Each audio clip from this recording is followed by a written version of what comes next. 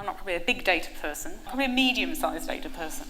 So I'm moving us towards that direction, so maybe by the last session we'll get to the big data. And I also have probably a caveat in the sense that I am a person who looks at campaigns and elections, and particularly from the sort of social media and web perspective. So this is the sort of angle that I'm taking on this question. I'm aware that there are multiple forms of big data, so this is sort of the way in which I'm planning to look at it is through sort of the experience on the web and in social media of the 2015 election. And I think the third thing to say as well is that I'm not obviously an insider, I'm an academic, and I don't have sort of an inside track on how the parties themselves were using all of these techniques and tools, were they following Obama or not. And so in a way what I've done is I've looked at it from the outside looking in, I've looked at it from the voters' perspective in terms of how they experienced what we might call a big data election campaign, and was it the case that one could call it that based on the statistics and the evidence that we have. And then I think probably, as well as being a political scientist, I also, in terms of putting it in some context, I think it's important to go back and look not just at 2015, but to understand whether this was the big data election, you need to sort of look back in time at how campaigns have been fought, and particularly in the internet era, the sort of evolution that they've gone through. So with all of those caveats, what I'm going to do is talk a little bit about campaigns and technology, as I said, a very, very short history, and then look at, in the post-internet era, what we might see as the move towards the big data campaign and the phases that you might see as having led to that. Talk about some developments in online campaigning in the UK since 1997, and then look at 2015 in particular, with this question in mind of was it the big data election. So just some sort of, perhaps for some in the room, a recap over old facts, but hopefully for others something a little bit new in the sense of contextualising campaigns from a sort of academic perspective. Pippa Norris, many others, David Farrell, Jay Blumler, Dennis Kavanagh have looked at campaigns and talked about how they're very reliant and they change in conjunction with voters, obviously changes within the voters, but also changes in technology as well. And there's been a general division of sort of three phases of political campaigning prior to the internet arriving. We've gone through a sort of what's called pre-modern phase, a modern phase, and then what we're now in allegedly is a postmodern phase. The idea being that they're characterised, as I said, by perhaps increasing levels of technology. So early campaigns, pre-modern campaigns were very low-tech, characterised by a lot of local level activity, reliance on volunteers. Political parties used the press and newsletters to reach voters. And it was very direct in terms of the forms of campaigning, were local, face-to-face, and as I said, quite low-tech. And then obviously from the middle of the 20th century, move into a more modern era where we see reliance on television, electronic broadcast media, messages start to nationalise, consultants are brought in, the process starts to professionalise, and the media starts to separate and become more critical and independent, and we see a decline in voter loyalties. And then finally we see this move, as I said, into this what's called a postmodern era, which is this idea of much more individualised messages. The one-size-fits-all of the modern era and the nationalised sort of campaign starts to break apart and disaggregate, and we start to see this move to micro-targeting. Where voters are sort of profiled and then sent messages in a kind of more personalised way to motivate them. Okay, so the internet fits into this third phase. It's seen as sort of very individualised form of campaigning. And one can argue that there's been a sort of development even within parties' move towards, and campaigners and candidates move towards adapting to the internet, of a sort of early phase that we might call sort of rather affectionately experimentation, where parties were, in a sense, they didn't have a clear strategy or logic. They just wanted to have a site or have some kind of presence. There was a sort of Me Too kind of logic that they didn't quite know what they wanted to do with it, but they knew they needed to be online. Moving towards a more standardised, sort of normalised phase where there was, again, still perhaps no clear logic, but there was a sort of understanding that perhaps where we can migrate content that we have offline and various other kinds of media, newspapers, press releases, and targeting quite more journalists in the media to sort of, there was a convergence, if you like, of the content that you migrated videos and campaign commercials and put those online. And then finally, I think in probably what we might call phase 3 and 4, there's been an understanding perhaps that the technology allows you to do something a bit different than in other media. And that we start to see parties and candidates starting to branch out and use the technology, particularly in the sort of post-social media era, to start to interact with voters and to build, we might say, online communities, which they hope then can spread offline, encourage participation.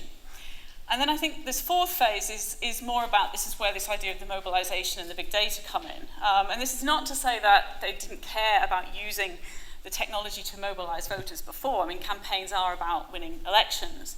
But I think it's an understanding now that the technology, in terms of how it can be actually used to get out the vote, how it can be used to target voters, to raise money, a kind of instrumental and strategic sort of focus to it.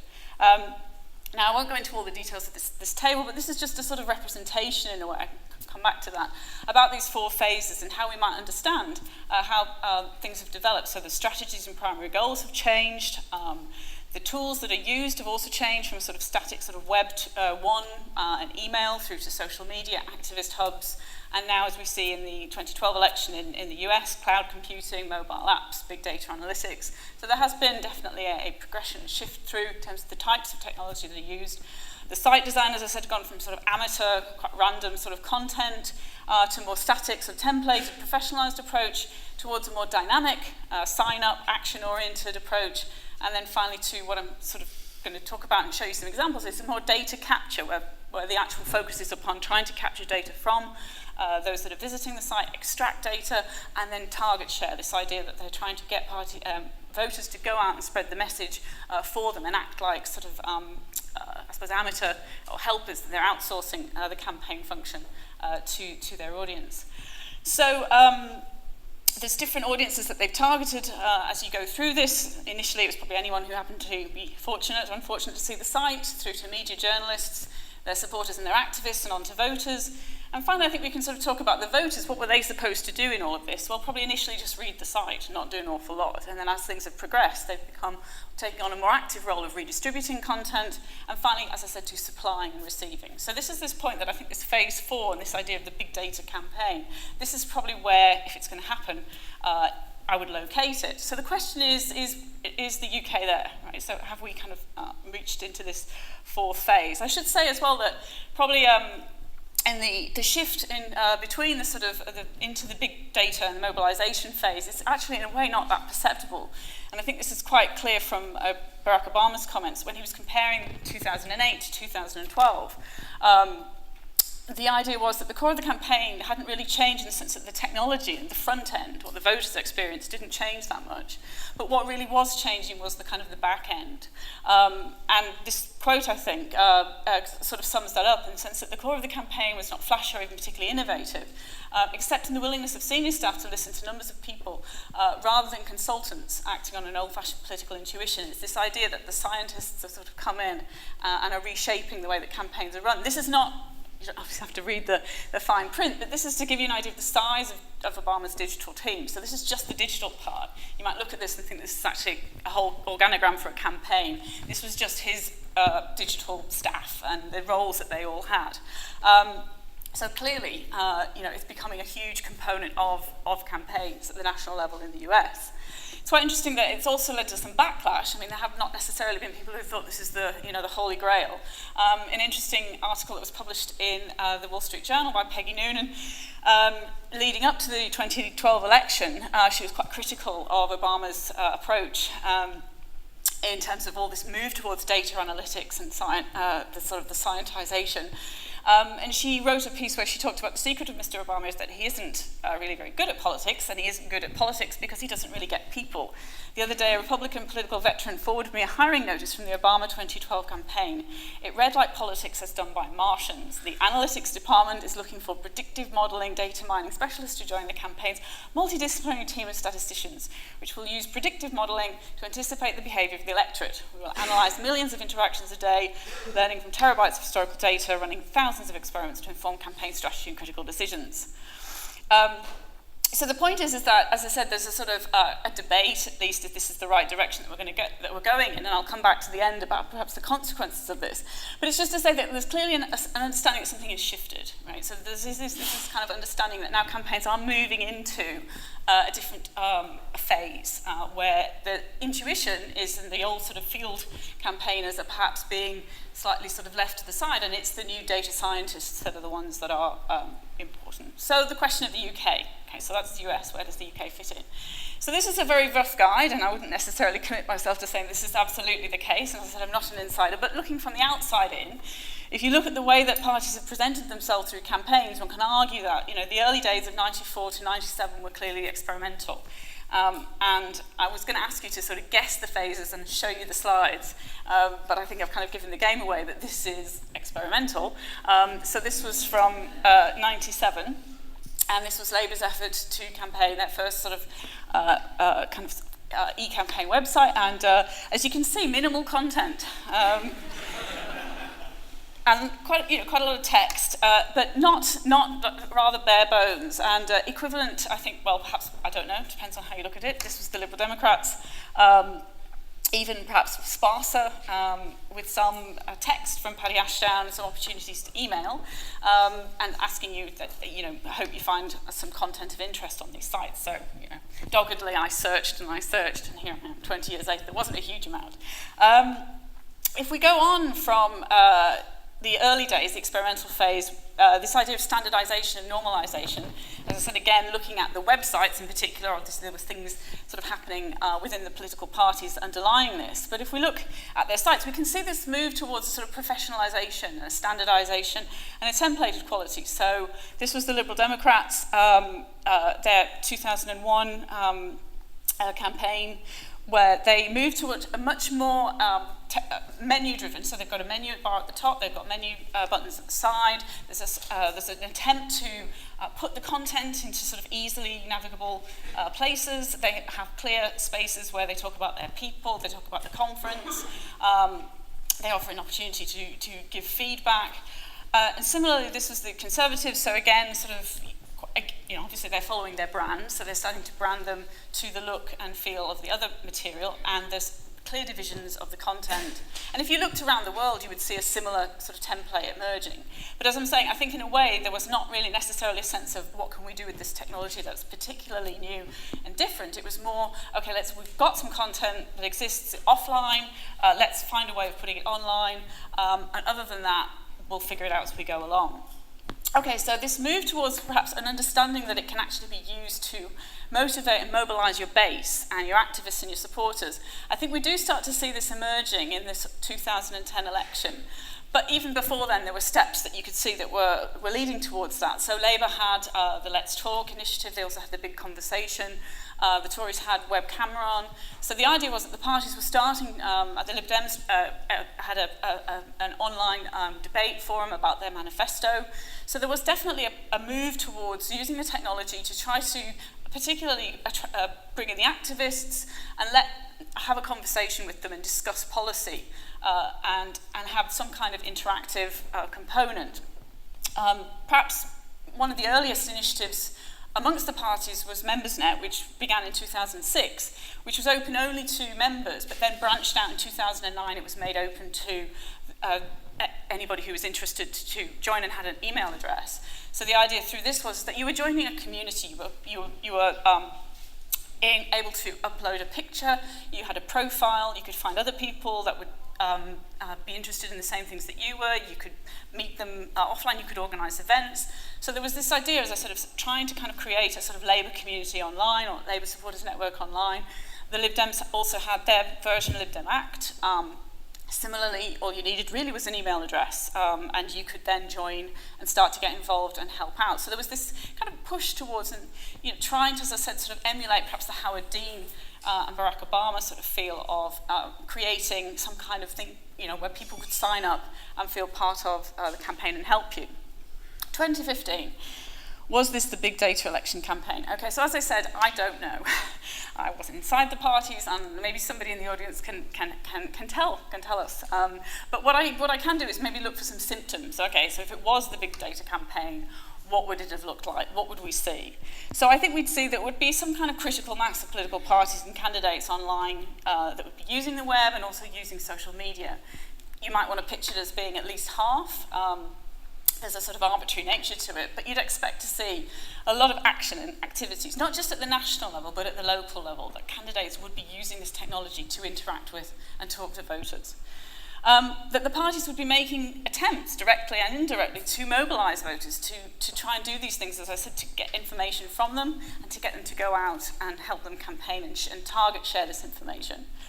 So the question is, were voters supplied? So and then from the voters' perspective, okay, if they were being asked to do all this, were they doing it? Were they paying attention to the sites? Were they supplying the data? Were they receiving messages? So that's where I'm sort of coming at this from. And I've got a number of different data sources to talk about.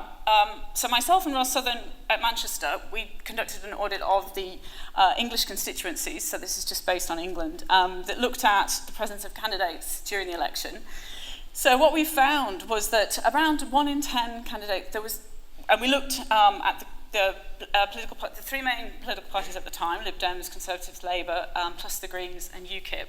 And so of those, we found that there was no web presence. About 12% of candidates had no web presence.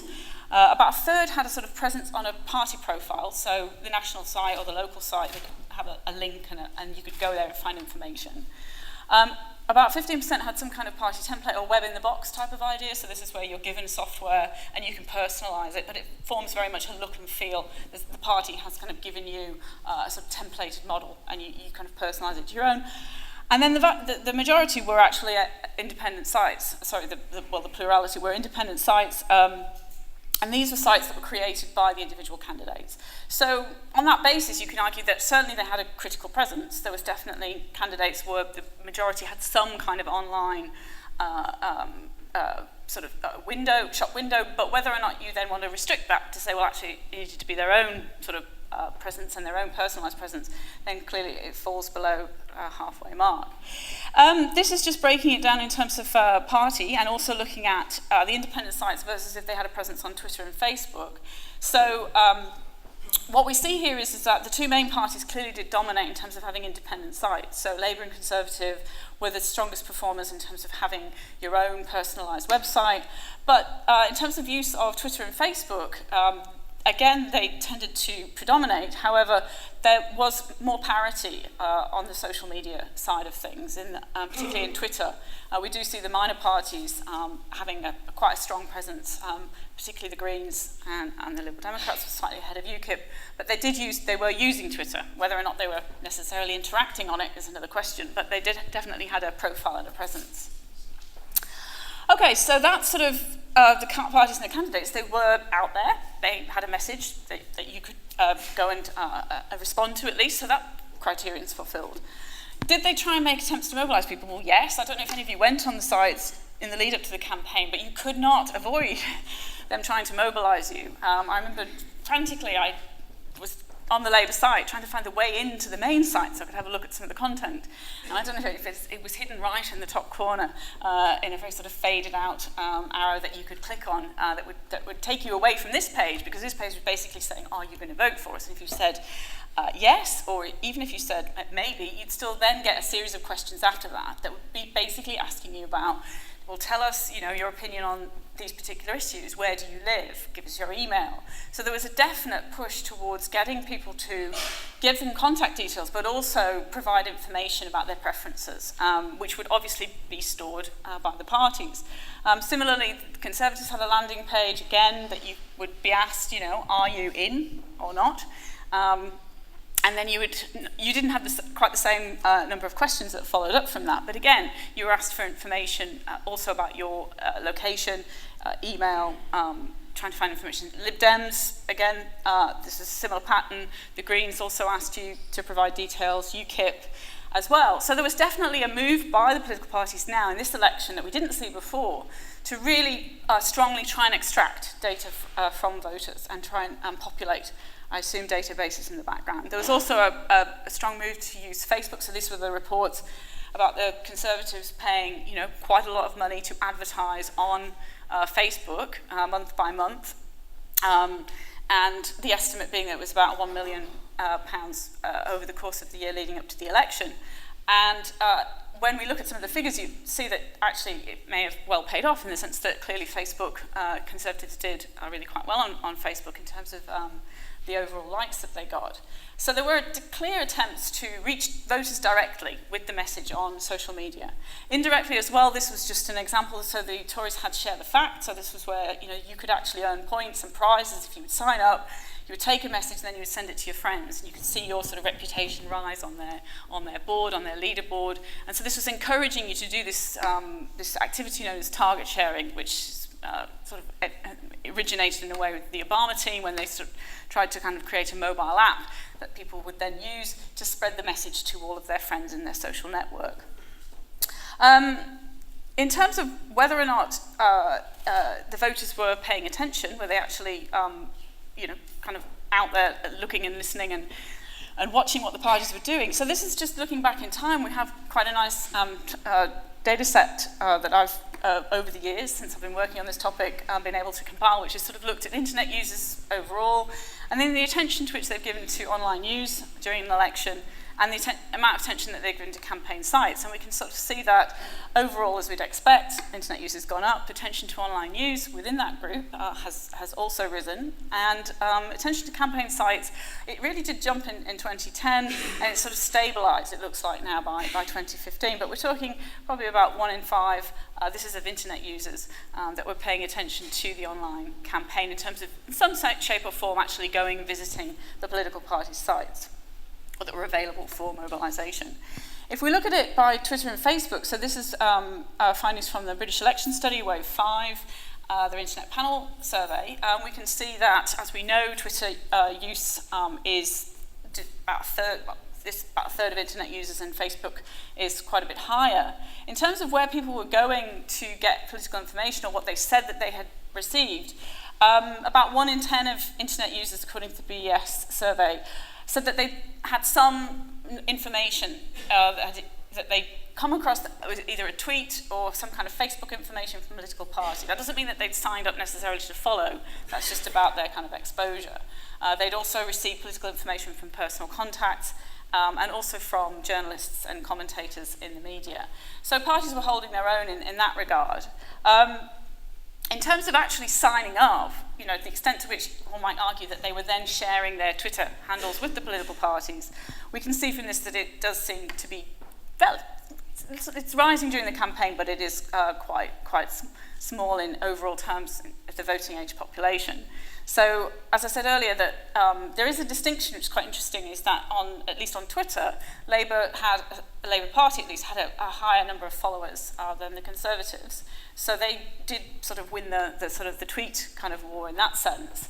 If we look at Facebook likes during the campaign, we can see that the Conservatives overall performed better than Labour. But the perspective that I'm taking on this is that this is kind of people who've liked them or in some ways agreed to follow them. So this is data that the campaign will have about, they will have information about people following them. So this is a sharing aspect or a supply coming up from the voters. If we look at the leaders as well, we can see that during the number of followers on election day, David Cameron, obviously as an incumbent, there's an advantage that he would have had over time anyway, was close to the 1 million mark, and the others were at least half as popular behind him. So if we add all this together, one can argue that probably, if we look at it in terms of voting age population, it's probably about less than 2%. Really, one can say we're following Labour in some shape or form through Twitter. Facebook, again, probably around 2% of people were liking, voting age population, one can argue, were liking the Conservatives, so David Cameron. The Conservatives, in an interview afterwards, Craig Elder, who worked on the 2010 campaign, claimed that they had about 1.4 million subscribers to their email news, which compares with Obama had about 13 million in 2008, according to his estimates, which is probably in the region of about 3 to 5% of the voting age population in both countries. And the Conservatives claimed about 100,000 had signed up to their team in 2015. So the numbers, I guess what I'm trying to say is, are quite small if we look at it in terms of how many people were actually sharing this question of were they signing up, were they supplying data to the campaign. In terms of sharing messages, target sharing, so this idea where they're going on and passing on the information that they had, The BES has a number of questions to ask people about, did you share content in general? So they've asked, did you share political content on Facebook? Did you share it on Twitter? Through email or instant messaging? And so we can say around, of internet users in this study, just around 17% shared some kind of content during the election. If we ask, the last bar asks about signed up online. So this is asking people, did you sign up in some way to help a party or a candidate on the internet or through online means? And this is much, much lower. So this is about 3% of internet users that responded to the survey said yes. If we then say how many of those people went on to share content, it's about 2%. So the numbers really in sort of actual figures are quite small. I did some back of the envelope calculations. I'm sure probably people in the room, statisticians here could question me on it. But I sort of worked out, if you talk about, say, around 2% of internet users, thinking that we've got about 80%, 85% people online now. So we're talking less than 2% of the voting age population, if we talk about voting age population. It works out to be around 600,000 or so voters. And there's an interesting article that was written by Lynn Vavrek and John Sides in the US, where they were calculating. Obama said that he signed up about 600,000 people to his target sharing mobile app in 2012. And the campaign had estimated this had allowed them to reach about 5 million extra voters, because it's not just simply about the fact that you've signed up, it's obviously about your contact list. So they estimated that this allowed them to gave them a reach of about 5 million. I guess maybe they calculated everybody has about sort of 10 contacts that they might have shared it with. They then used a study that was done by Fowler et al. On Facebook, where they'd actually sort of looked at the impact of online advertising, and if somebody had actually put a message up saying, I voted in the 2010 congressional campaign, they'd done a 65 million person experiment. And they tried to calculate to what extent that actually had an effect on whether or not people actually went out and voted. So Vavrek and Sides took the Obama claims and said, well, if we apply the same logic that Fowler did, ultimately they said there'd be about 20,000 votes that they would have got through these 600,000 people that had signed up. So if we take this as being a sort of working figure about how many people were target sharing in the UK, that means it was about 20,000 votes potentially. Now, maybe in a constituency that's going to matter, but if it's spread all over the country, it's probably not going to make that much difference. Okay, so in terms of receiving messages directly from the party itself, so this is whether or not you had any kind of email, Facebook, something that would come to you from a political party or candidate, very small. So the total number that were contacted, and this is of internet users, is around 5%. Breaks down that of those people, 2% said that they had been contacted, or that the Conservatives contacted them. Labour was around the same, and the Lib Dems it was 1%. So it was very, very low.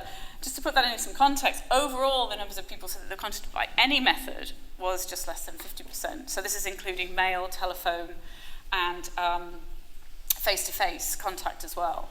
So we can see that this is very small. And actually from the US, we do have figures from the 2012 election that we know for the overall population, about 14% of not just internet users, but the overall population reported some kind of online contact from political parties and candidates.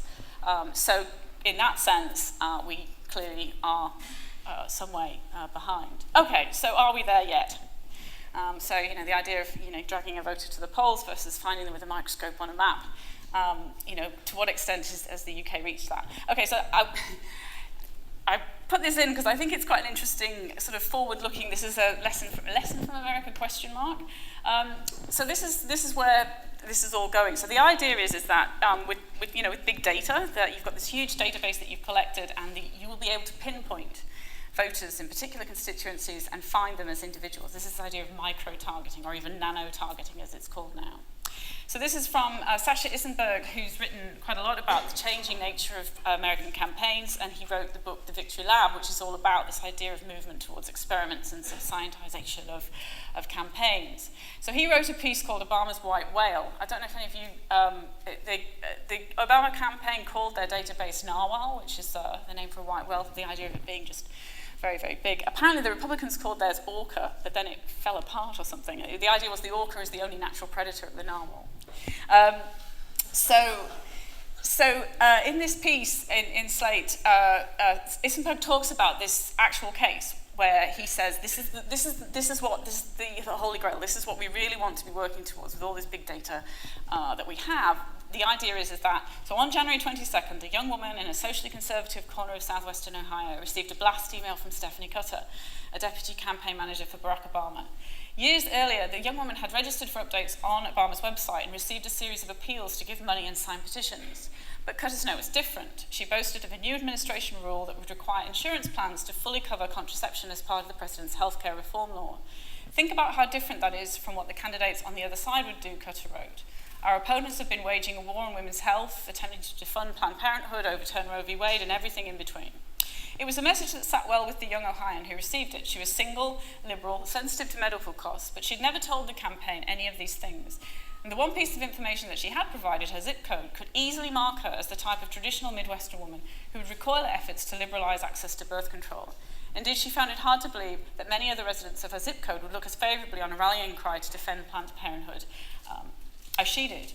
Those who've worked with Obama's data, campaign, say that this is an email that would never have been sent in 2008. The campaign knew very little about the 13 million people who had registered for online updates, not even their age, gender, or party registration.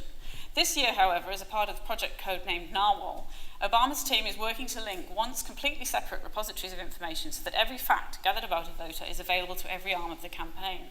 Such information sharing allows the person who crafts a provocative email about contraception to send it only to those women who data mining targeters have pinpointed as likely to be friendly to Obama's views on the issue. And that's exactly what happened. So this is the sort of direction in which things are traveling, and maybe just as the final sort of point about the consequences of all this, because it's all well and good to sort of talk about all of the efforts that are being made and the websites that are being presented and whether or not people are actually going online. Consequences, well, on the one side you could say, well, it's not very good. One can argue that there's polarization, so there's an intensification of a focus on mobilizing the loyal supporters and those likely to vote rather than on conversion. So models tend to ignore those who support the other side. You're looking for past donations, you're looking for past votes, you're looking for past indicators of support, and the models are designed to try and help you find those people. So in a way, you're moving away from some sort of persuasion or conversion, and arguably there might be an intensification of finding your own people and speaking only to them, or latent supporters. There's also the danger, perhaps, again, of widening the participation gap. So non-voters, what happens to them? They just get left behind? Because again, these models don't really include, or not really designed, they don't have very much data on people who don't vote. And also, it's inefficient, perhaps, use of resources. So what happens to those people? And finally, there's also the question of demobilization. So there's been some recent work which has been done in the US, which has looked at the extent that they ran some experiments that sort of sent a message that was designed for one particular subgroup to the wrong subgroup or another subgroup, trying to measure what happens. And unfortunately, it led people to feel either demobilized, that the candidate didn't care, and it actually increased their negative feelings towards them. So it may be the right message, perfectly crafted, but it's the wrong voter. And that is probably one of the consequences of this method, is that it will not always perhaps get it right. But on the flip side, there is some argument that it can, well, what about this is reviving the local campaign? So this idea that perhaps we go back to where we started from, which was a sort of pre-modern era, and getting out the vote, knocking up voters, sort of, being able to kind of face-to-face conversations. And Nickerson and Rogers had a very nice piece in the Journal of Economic Perspectives where they argue that this idea of predictive voting and trying to find and predict people who will support you is actually useless in and of itself. It must have the field work. To work, you have to have already got a good campaign and an effective campaign, so it can't do the job all on its own. So they make the point that the improved capability to target voters, individual voters, offers campaigns an opportunity to concentrate their resources where they'll be most effective.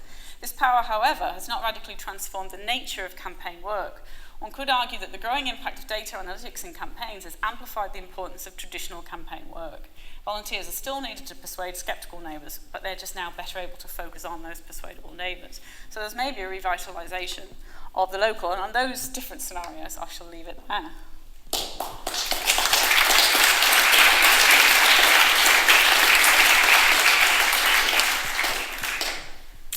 We have a little bit of time for questions before a cup of tea downstairs.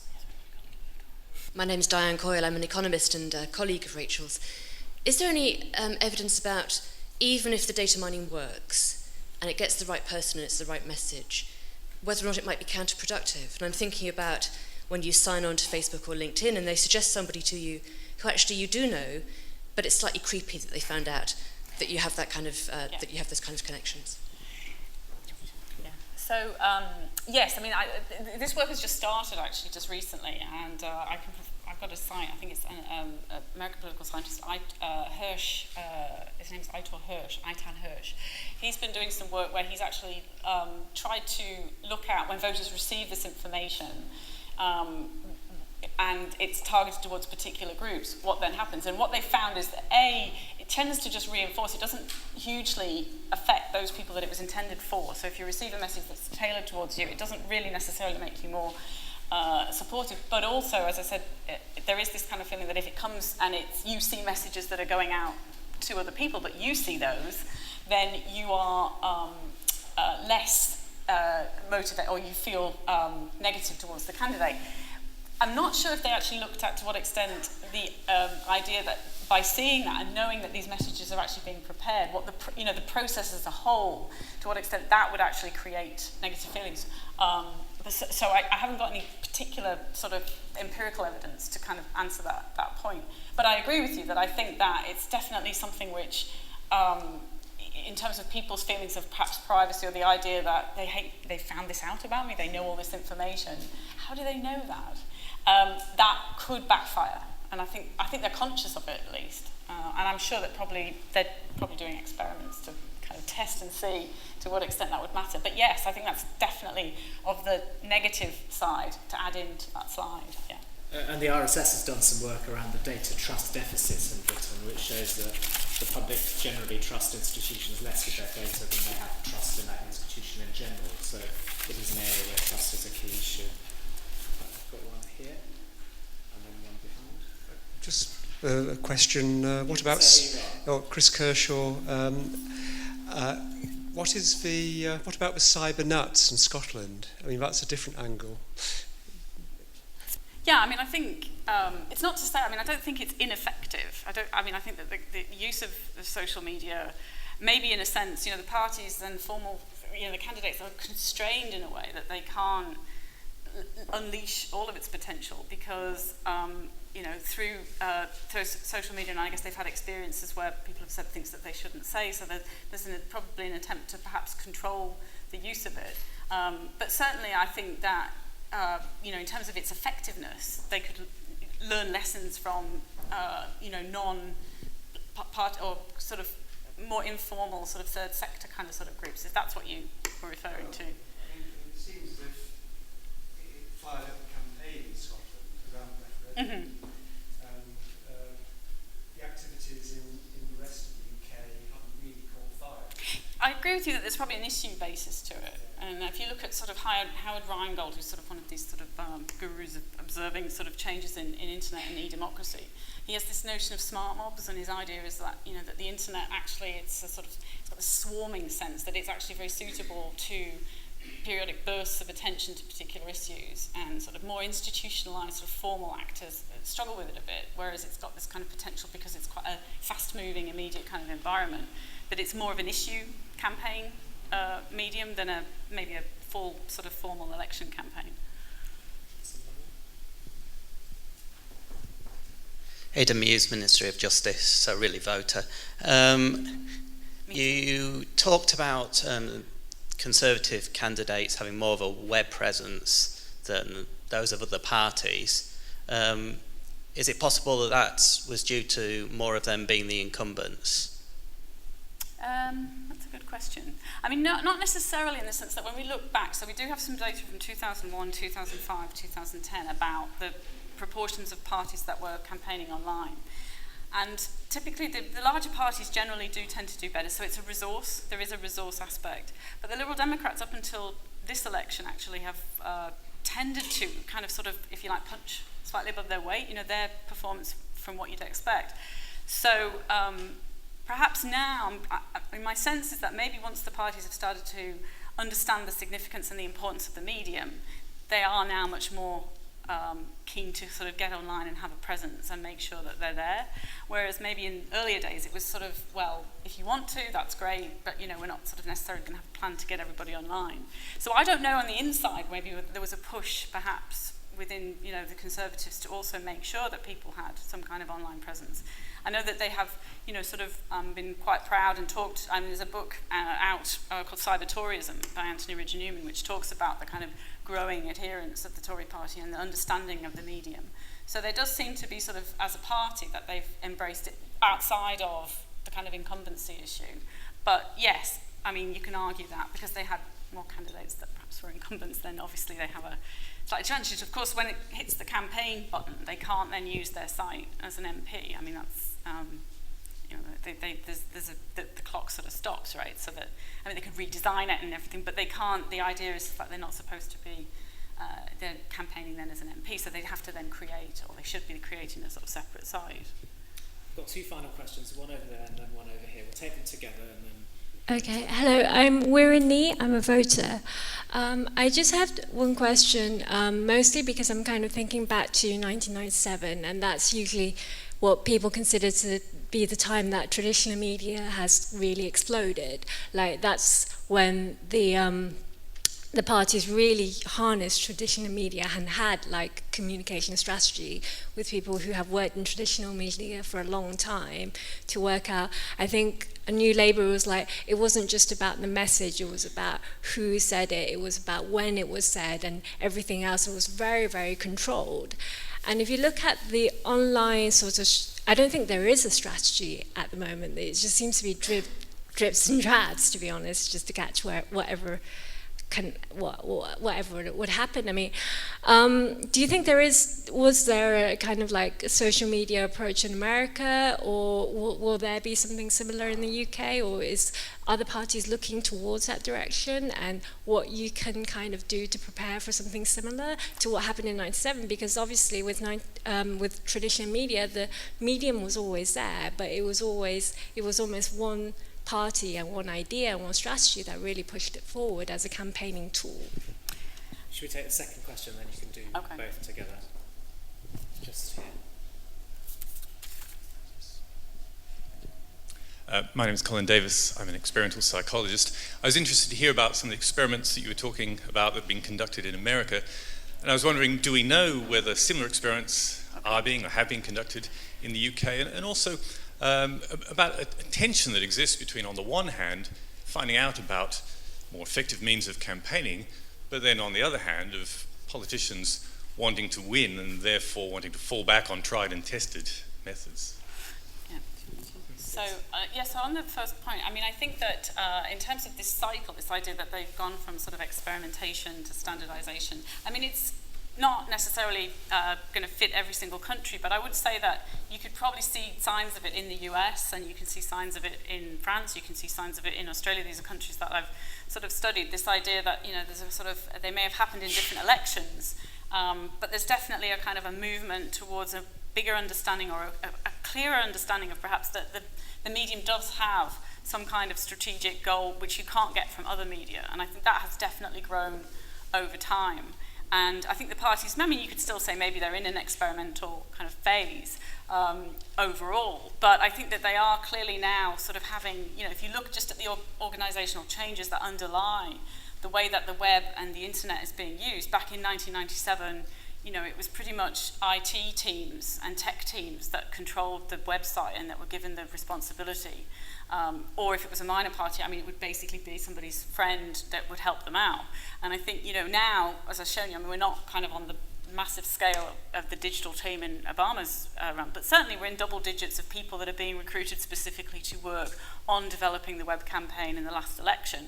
I think both of the two parties had at least 10, if not more, staff working on their campaign. So there's clearly a kind of drive towards developing a clear strategy. So I think that's there. And as I said, in a way, I think that you could perhaps map that and look at that in other countries other than the UK.